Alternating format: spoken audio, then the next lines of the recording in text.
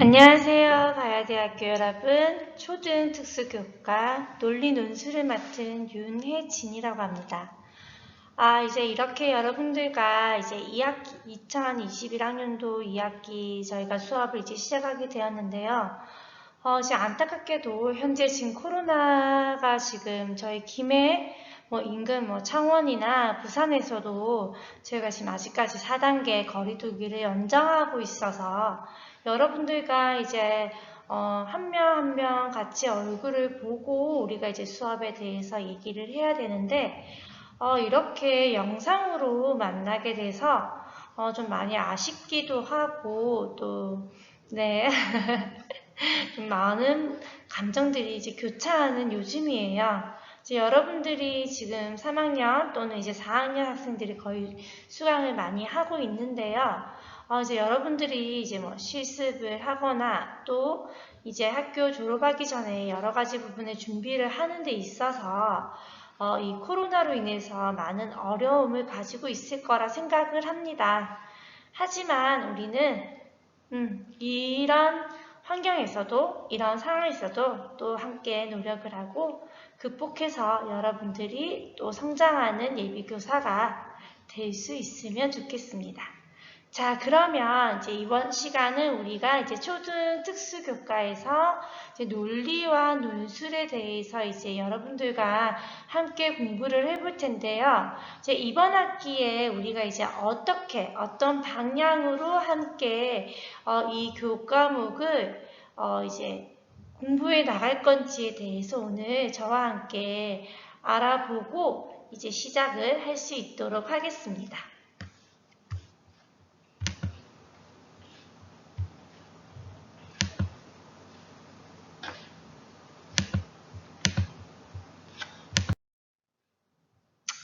자, 이번 시간은 이제 우리가 첫 시간이기 때문에 이제 이 교과목을 어떻게 제가 여러분들과 한 학기를 이제 수업을 진행할 건지에 대한 오리엔테이션 시간을 가질 거고요.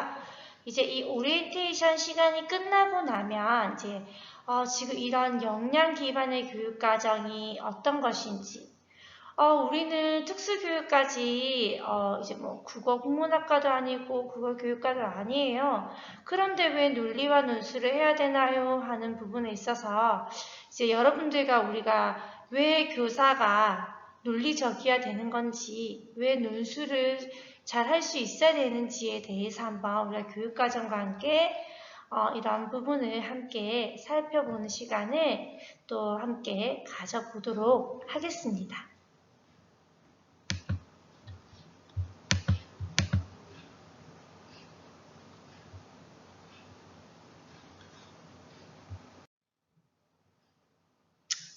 자, 여러분들은 논리와 논술이라고 하면 어떤 생각이 먼저 드세요? 지금 이제 4학년 같은 경우에는 이미 이제 임용 공부를 시작한 학생들도 있을 것이고, 또 임용 공부를 준비하기 위해서 이제 준비를 하고 있는 단계의 학생들도 있을 겁니다. 또한 3학년이나 학년이 낮다고 해서 준비를 안 하는 게 아니기 때문에 여러분들이 어떻게 지금 임용시험이 이루어지고 있고 또 교사의 역량 중에서 어떠한 부분을 요구를 하고 있는지에 대해서 여러분들도 많은 부분에 대해서 생각을 하고 있고 또 공부를 하고 있을 거라 생각이 됩니다. 일단 우리는 지금 교육학과 전공교과에 대해서 이제 저희가 시험을 실시를 하는데요.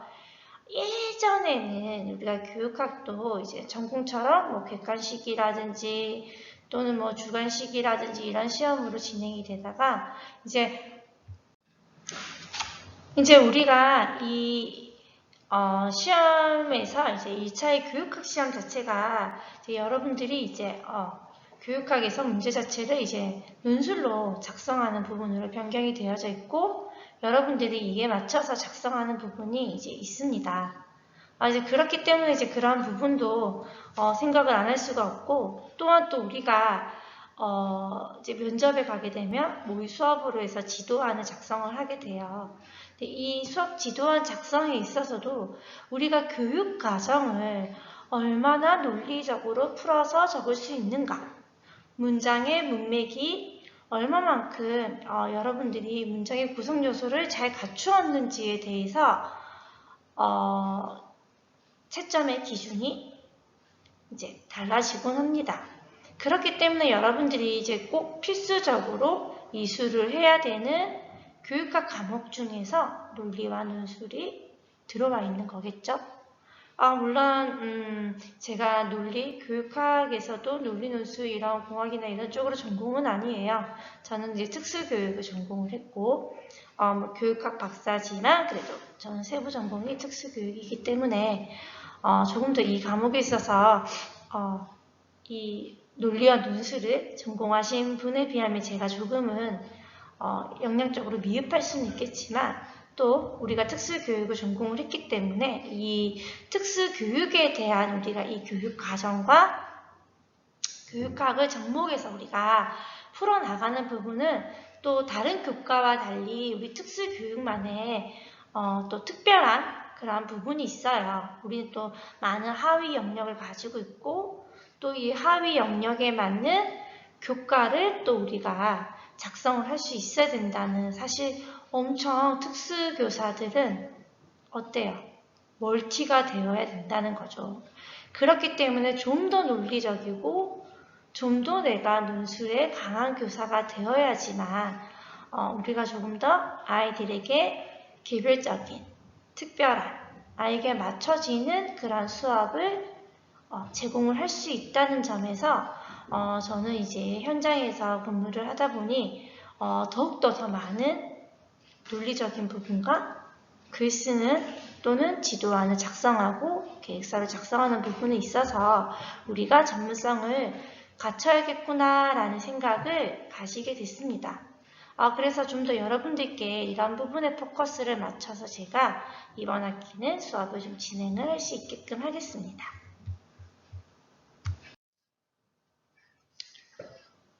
자, 이제 이번 저희 교과에서 저희가 어떻게 수업이 진행이 되는지에 대한 이제 이 과목에 대한 목적과 우리가 이 과목을 왜 배우는지에 대한 이제 필요성에 대해서 여러분들과 먼저 한번 살펴보겠습니다.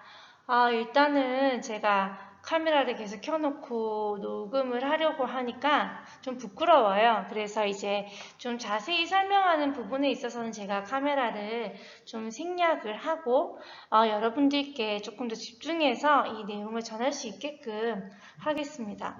혹시 이 영상을 보시면서 아니에요. 교수님 얼굴이 나와 있어도 제가 이게 보는데 아무 영향을 받지 않아요. 얼굴을 보여주셔도 괜찮아요 라고 저한테 피드백을 주시면 제가 또 과감하게 제 얼굴을 또 이렇게 내밀 수 있도록 또 하겠습니다. 이제 우리가 이 교과를 배우는 데 있어서는 이제 우리가 이 교육학에 대해서 얼마나 깊은 이해를 가지고 있는가, 또 우리가 이 각 장애 영역별로 우리가 다양하고 주요한 사고력을 할 수 있는가, 또 이 장애 영역별로 우리는 알맞게 통합을 할 수가 있고 또 이 영역별 통합과 교과를 위해서 우리는 그에 맞는 방안을 구성할 수 있는지, 이런 부분을 우리가 이번 이 시간을 통해서 함께 우리가 배워나갈 수 있었으면 좋겠어요.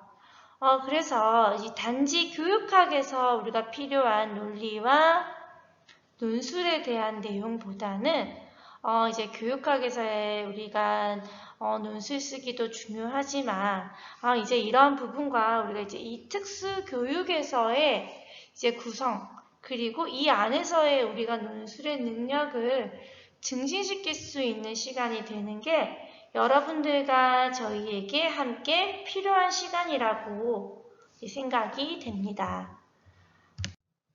자, 그래서 우리는 이제 이 문장을 통해서 우리가 서술하는 이 문장을 통해서 이러한 특수교육의 우리의 하위 영역, 다양한 이 영역에서에 대한 부분과 이제 이 교육학의 기본 원리를 우리가 논리적으로 이제 표현할 수 있어야 되는 거예요. 이제 예를 들어서 우리가 보통 학교에서 자주 볼 수 있는 장애 중 하나가 바로 지적장애예요. 이제는 지적장애가 1급, 2급, 3급, 4급 이렇게 나눠지는 게 아니라 중증, 경증 이런 식으로 나눠지죠. 이제 장애 영역들이. 근데 이제 지적장애라고 하면 사실 경증이 없어요. 경증이라고 하면 지적장애 등급이 나오지 않아서 학습장애다, 다른 의사소통장애다 이렇게 장애 영역이 달라지기도 하는데 이제 우리가 보통 지적장애다라고 하면 이제 다 중증장애로 분류가 되고 이제 학교 생활에 있어서 우리가 여러 가지 도움이 필요한 아이들이 많아요. 근데 이 아이들에게 맞는 개별적 서비스를 우리가 이제 제공을 하는 교사의 입장이 되어야 되고 또 이러한 서비스에 대해서 우리가 이제 학교에 또는 학부모에게 그리고 사회에 우리가 요구를 하는 입장이 될 수도 있어요. 그런데 우리가 그 아이를 위한 서비스를 이제 학교에 요구를 한다라고 한번 가정을 해볼게요. 땡땡이 학생이 이제 아직 시계를 볼 수 없는 상황에 이제 이런 부분을 규칙을 지키기 위해서 이제 필요한 부분들이 있어요, 학교에. 그러면 어떠한 시계를 만약에 특수한 아이에게 맞는 시계를 교체를 해야 된다. 그럼 학교에 그냥 시계가 필요해요. 아동에게 맞는 시계를 사주세요. 라고 말을 할 수는 없어요. 그러면 어떻게 해야 되죠? 네, 예를 들어서 초등학교 4학년 땡땡이 학생이 지적장애, 중증의 지적장애입니다. 이 아동은 지금 이번 학기의 개별화 교육으로 아동에게 필요한 시간 보기에 대해서 훈련을 하고 학습을 할 예정이며 이 학습과 훈련을 위해서 필요한 이 시계는 이 아이에게 어때요? 그 시계 보는 능력과 아이의 자조 기술을 높이기 위해서 어떠한 부분에 효과가 있어 필요하다라고 사료가 됩니다. 그런데 또 우리가 주장이 되는 게 또 뭐 있죠? 학교뿐만 아니라 자조 기술과 일상생활에 대한 전환을 위해서는 학생이 가정과 그리고 사회에서 다니는 그런 센터나 이런 부분에 연계적으로 학습이 이루어져야 되기 때문에 이거를 함께 공통적으로 사용할 수 있게끔 하겠다. 그런 부분에 누구의 동의가 다 있어야 돼요? 다른 영역에 다 동의가 있어야 되죠? 이렇게 우리가 교육과정 속에서 우리가 필요한 부분을 어떻게 하면 할 수 있는지에 대해서 왜 그 부분이 필요한지에 대해서 우리가 논리적으로 표현을 하고 주장을 할 수 있어야 된다는 게 이제 이 부분의 핵심적인 것이라 여러분들이 생각을 하면 될 것 같습니다. 이제 이번 학기에 우리 논리와 논술이라는 과목은 이제 전체 비대면으로 수업은 진행이 될 예정이에요. 현재 김해, 창원, 부산, 경남에 있는 지역들이 4단계가 아니면 3단계 이렇게 지금 계속해서 돌아가는데 여러분들 중에서 이제 접종을 하신 분이 계실지도 모르겠지만 아직까지 우리 그 대학생들한테까지는 접종하는 부분이 많이 내려오지 않아서 순서를 기다리고 있는 걸로 제가 알고 있어요. 네, 그래서 이제 학교에서도 그렇고 이제 이동에 있어서 아직은 많은 부분에 위험을 가지고 있기 때문에 이 수업은 수업 전체적인 부분을 이제 비대면으로 진행을 했으면 하고요. 이제 중간고사가 이제 30% 들어가고 또 기말고사가 30%가 들어갈 예정입니다. 그리고 이제 출결적인 부분, 이게 우리가 LMS에서 여러분들이 출석을 하게 되면 자동으로 출석 인증 시간이 지나면 출석이 되었다라고 떠요. 그런데 이제 간혹 가다가 교수님 이번 시간에 제가 깜빡하고 수업을 듣지 못했어요. 다시 열어주면 안 될까요? 라고 연락이 오는 분들이 계세요. 앞서서 이제 4학년 중에서 취업을 나갔거나 또는 실습으로 인해서 이제 또는 집안에 피치 못할 사정으로 인해서 수강을 하지 못했을 때는 저희가 임의적으로 회의를 거쳐서 열어주기도 하는데 이제 그렇게 특별한 이유가 아니면 저희가 다시 수업을 강의를 열어드리기가 좀 굉장히 곤란해요. 이게 이제 온라인 수업이기 때문에 이제 여러분들이 이제 학교에 오는 게 아니고 온라인이라 사실 장소나 시간적인 부분에 구애를 받지 않고 여러분들이 좀 더 자유롭게 수업을 많이 수강할 수 있는 부분이 있다라고 생각을 해요. 그럼에도 불구하고 제가 굉장히 긴 시간을 열어드린데도 불구하고 이 부분에 있어서 출석을 하지 못했다는 것은 이제 이거는 뭐 어떠한 사정보다는 이 수업에 대한 예의가 조금 어긋난다라고 저는 생각을 합니다. 이제 그렇기 때문에 그렇게 생각하지 않나요? 네, 저는 그렇게 생각을 해요. 이제 그렇기 때문에 이제 조금 더 출결 부분은 제가 좀 꼼꼼하게 여러분들 점수를 제가 매겨서 볼 예정이에요. 그래서 이제 이 부분에 있어서는 여러분들이 조금 더 신경을 써주고 해줬으면 좋겠어요. 우리 그 교사들의 저는 아주 기본적인 자세가 시간에 대한 약속이라고 생각을 해요. 학교에 출근하는 시간도 중요하겠지만 우리가 이 현장에서 아이들을 교육하고 대할 때 시간이 굉장히 중요한 부분을 저는 중요한 부분이라고 생각을 해요. 우리 아이들이 시간 개념이 조금은 부족한 부분도 있어요. 그런데 이제 교사가 이런 부분에 있어서 아이들에게 명확하게 해주고 먼저 보여주게 된다면 또 아이들이 자연스럽게 이런 부분에 있어서 생활적인 규칙, 또 시간에 대한 부분, 또 이제 사회생활이 있어가지고 우리가 전환교육에 있어서도 많은 부분에 영향을 끼칠 거라 생각을 하기 때문에 저는 출결은 좀 더 꼼꼼하게 여러분들 체크를 좀 하도록 하겠습니다. 그리고 이제 이 과목 자체가 여러분들도 제목을 들어서 알겠지만 논리와 논술이에요. 그래서 이제 이거는 여러분들이 얼마나 논리적인 문장을 구사를 했는지 그리고 글쓰기를 할 수 있는지에 대해서 살펴볼 수 있어야 되기 때문에 제 레포트는 이제 여러분들 제 수업 계획안을 보셨는지 모르겠지만 보면 4회기 정도의 이제 논술 글쓰기를 통해서 레포트는 제출을 하게 될 거고요. 이제 이 글을 여러분들이 제출하면 제가 그 부분에 있어서 좀 피드백을 가지고 또 수업을 계속해서 진행을 할 거예요. 그래서 이제 강의가 아마 미리 업로드가 되지는 않을 거고요. 여러분들이 이제 글쓰기 하는 부분도 제가 체크를 해서 여러분들과 함께 살펴보는 시간을 이제 수업 중에 넣을 예정이라서 여러분들이 이 레포트를 제출하는 기간도 제가 강의 중간중간에 계속해서 여러분들께 이제 말씀을 드릴 예정이에요. 이제 그러니까 이제 그 부분도 여러분들이 좀 잘 체크를 하셔가지고 이제 그 내는 기간을 넘기지 않도록 제가 좀 부탁을 드릴게요. 중간고사랑 기말고사는 뭐 달라질 수도 있겠지만 각각 30%로 우리가 그냥 원점수 30점씩 계산해서 여러분들 할 거고요. 이제 상대평가예요. 점수가 뭐 높다 낮다 이게 중요한 게 물론 있죠. 근데 여기는 상대평가이기 때문에 점수별로 제가 드릴 수 있는 A, B, C, D 뭐 이제 출결까지 해서 점수를 여러분들께 부여를 할 생각이고 시험은 대면으로 치를지 비대면으로 치를지 아직 결정하지 못했기 때문에 또 이 부분도 여러분들과 충분히 제가 상의를 하고 그 부분을 이제 결정을 하도록 하겠습니다. 자, 이제 우리가 1주차부터 시작을 해서 이제 16주차까지 이제 우리가 수업이 진행이 될 건데요.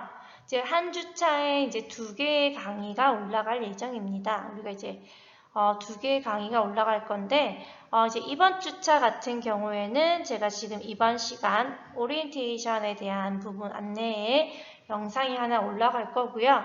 그리고 이제 두 번째 시간에는 이제 우리가 역량 기반의 교육과정에 대한 부분이 이제 2차 시에 올라갈 겁니다. 이제 그렇게 1주차는 구성이 되어 있고 이제 2주차부터 여러분들이 쭉 살펴보면 어때요? 네, 이 사고와 특수교육에 필요한 사고와 이제 우리가 논술이 어떤 것인지, 논술이 무엇인지에 대한 의미와 정의에 대해서 한번 살펴보는 시간을 가질 거고요. 이제 우리가 문장 쓰기를 해야 되기 때문에 이제 이 문장에 대한 문장론을 이제 여러분들과 함께 이제 배워보는 시간을 가지도록 하겠습니다. 이제 이렇게 지금 학습 목표를 제가 쭉 읽어드리자고 하니 좀 길긴 한데요. 이제 보시면 이제 4주차에 보면 제가 이제 앞서서 배웠던 문장론에 대해서 품사랑 띄어쓰기 이런 부분을 이제 우리가 학습을 하고 나면 이제 그에 맞는 실전 글쓰기를 할 수 있다라는 부분이 나오죠. 그 부분이 바로 이제 여러분들이 레포트를 써야 되는 시점이다라고 생각을 하면 됩니다. 이게 수업이 우리가 매주 수업이 나가는데 레포트는 미루는 게 아니라 그 주에 우리가 작성을 해서 이제 주말까지 이제 화요일에 저희가 수업이 시작이 되면 화, 수, 목, 금, 토, 일요일 오전까지는 레포트가 제출이 되어야 돼요. 제가 기간을 좀 길게 들여봤었어요. 그랬더니 똑같아요. 한 달을 주고 두 달을 줘도 제출하는 것은 똑같고 하루를 주고 일주일을 줘도 제출하는 부분은 똑같기 때문에 여러분들이 이제 학습을 하고 나서 바로 글을 쓰는 게 오히려 더 기억에 남고 도움이 될 수 있을 거라 생각을 합니다. 그렇기 때문에 레포트 쓰는 기간은 제가 길게 들이지는 않을 겁니다. 여러분들이 그 부분 명심하셨으면 좋겠고요. 이제 5주차에는 우리가 장애 영역별 키워드도 어떻게 해서 잡을 건지 우리가 기본적인 장애 영역을 통해서 우리가 중요한 키워드를 우리가 먼저 잡은 다음에 이제 문장을 우리가 이제 만들 수 있도록 노력을 할 겁니다. 그러면 이제 우리가 앞서서 만든 이 장애 영역별 키워드를 가지고 우리가 이제 이 단문에 대한 결합과 이제 복문을 통해서 문장을 만드는 것까지 이제 우리가 할 거예요.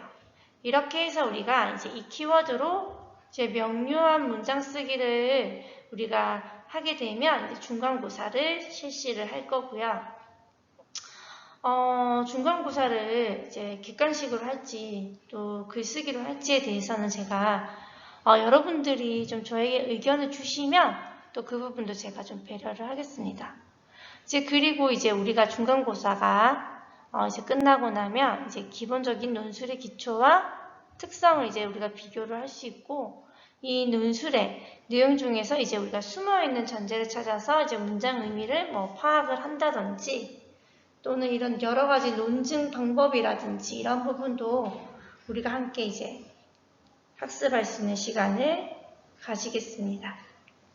그래서 이제 우리가 중간고사 끝나고 나면 이제 논술에 대해서 앞서서는 이제 문장을 만드는 부분에 조금 더 우리가 포커스를 가지고 있었다면 이제 후반부에 가서는 이제 우리가 그 문장 쓰기를 통한 이제 이 논술에 대한 문장과 전체적인 이 논술의 흐름 그리고 안에 속해져 있는 요소를 어떻게 파악하고 이해할 것인가 그래서 나는 어떻게 한 편의 논술을 완성할 것인가까지 우리가 배우게 되면 이제 여러분들이 정말 잘 배웠다.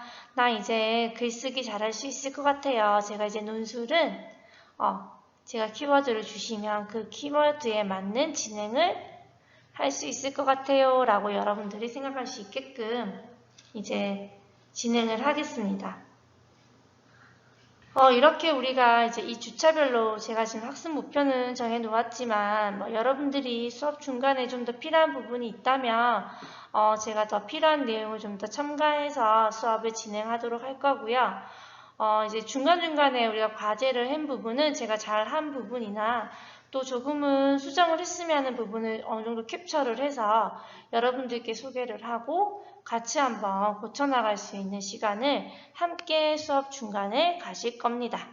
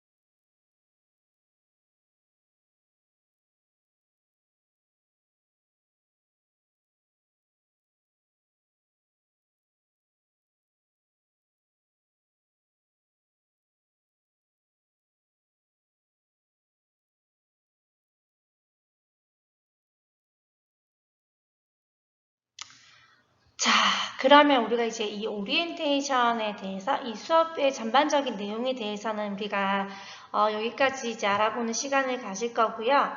이제 2교시에는 또 다른 이제 우리의 역량 기반에 대해서 한번 알아보는 시간을 가질 건데요. 여러분들 이 수업 진행 방법에 있어서 좀 더 궁금한 점이 있거나 의견을 주고 싶으시면 제 메일 주소가 수업 계획안 안에 들어가 있어요. 그리고 아마 이 수업을 듣는 학생 중 누군가가 단톡방을 만들 거예요. 그러면 그 단톡방 위에다가 내용을 올려주시면 제가 또 여러분들과 의견을 또 이제 교류를 해서 이제 수업에 반영을 할 수 있도록 하겠습니다. 자, 그러면 우리 조금 쉬었다가 이제 2교시 때 만나 뵙도록 하겠습니다.